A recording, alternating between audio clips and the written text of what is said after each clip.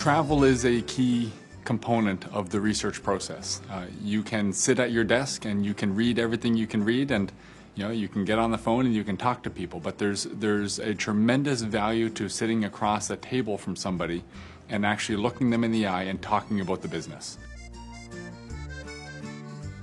Europe has 2,500 companies that are geographically, from Finland to Portugal. So there's a tremendous opportunity of number of companies you can look at.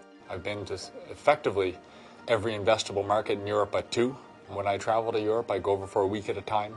It's going to be a mix between seeing companies that are actually in the portfolio to stay on top of companies that I don't own. I call them dream team companies. They're companies that I like everything about except for the price. And then if there's more time in the slot, I'll try to find companies that the economics look good, I just don't know much about. I just finished my first meeting in a small town about an hour south of here in Turnetz. This is really what this type of trip is all about. I just saw a company that wasn't aware of before I started preparing for this trip. It is an oil and gas services company that actually has 50 to 60% market share in selling high precision components into the directional drilling component of the oil and gas. So tremendously high market share, very customized product. So while highly cyclical, it earns sort of a mid-teens return on invested capital through the cycle. So it's these type of companies that you do the research on, you read everything about it, sounds good, and then when you actually go in for the meeting, you get more excited from talking to the senior management and going through the plant tour. Very rational, very conservative company. So for me, this is not a company, it's trading marginally expensive, so it's not a company that I'd purchase now. But finding a company to put on the dream team list is, once again, what these trips are actually all about. When you're traveling, it's a very tight timeline when you're trying to fit sort of 3 or 4 meetings in a given day in a given either city or a given region. And the other prospect of that is you literally are anywhere in Europe, just sort of landing and getting off a plane and getting in a car and driving to these meetings. So I'm not sure how people did this before GPS, but it's very tight logistically. While not an investment topic, I've successfully navigated the metro here in Milan and decided that's the best option to get around traffic is actually horrible, for one thing. And second point is, on my cab ride from the airport to my hotel last night, the cab driver spent most of his time actually watching internet TV, or in my opinion, more time watching TV than actually paying attention to where we're actually driving. So just from a pure efficiency standpoint and a safety standpoint, the metro seems to be a better option.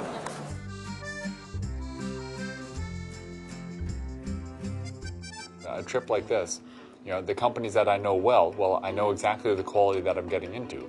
The companies that I don't know well, the economics of the business imply that there is a high degree of quality there. And by the economics, the metrics I'm really focusing on are returns on invested capital, on free cash flow and their ability to generate free cash and free cash flow conversion. So, the amount of earnings they have, how much does that actually turn into cash?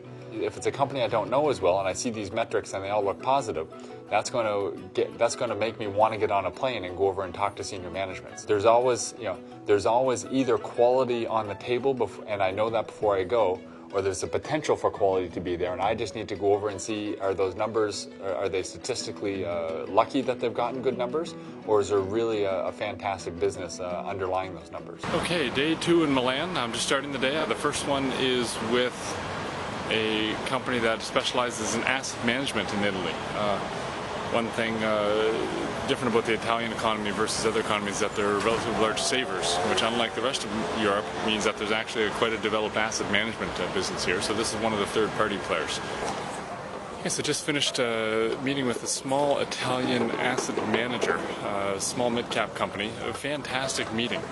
Just some of the key highlights were the fact that every employee is actually a shareholder, and you're required at the end of the year to put at least 40% of your cash bonus into buying shares at the market price. They don't offer stock options because, as an owner of the company, they themselves don't want to be diluted. So 30 to 40% of your cash bonus needs to be put into the company, And the senior managers, they can take 100% cash bonus, or if they elect to buy 100% of all that bonus into shares, they actually get an amount equal to 150%, so 50 cents on the dollar if they buy shares.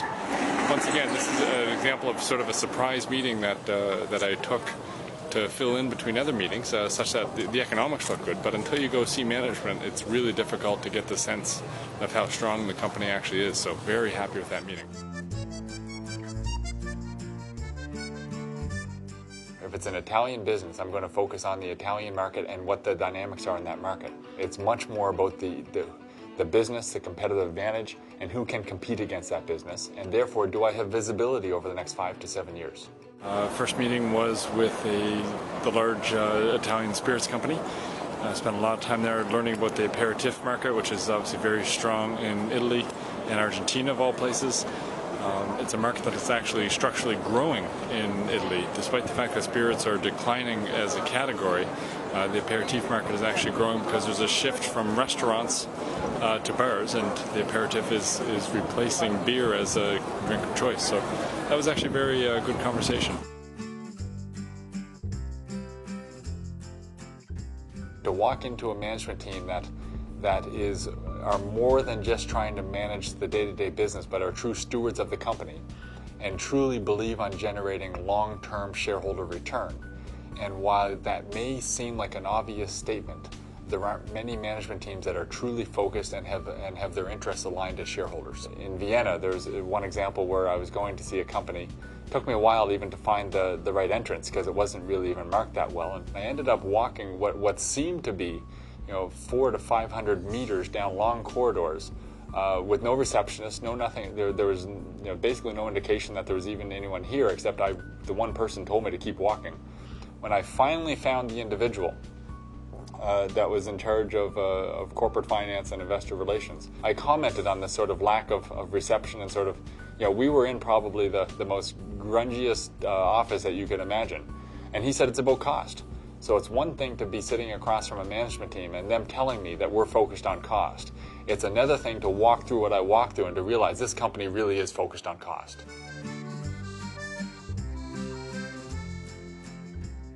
Every now and then you'll walk out of a meeting with a eureka moment that this is just a fantastic company and you've uncovered sort of a small gem. If I can come back from the trip having more insight into the companies that I own, if I can come back from the trip having identified one or two high quality companies and increase my knowledge on those companies, or if I can come back from the trip and just truly uncover a gem that I had never heard of before, any one of those would make that trip successful. And if I can get 2 or 3 of those, then that's a very good use of my time.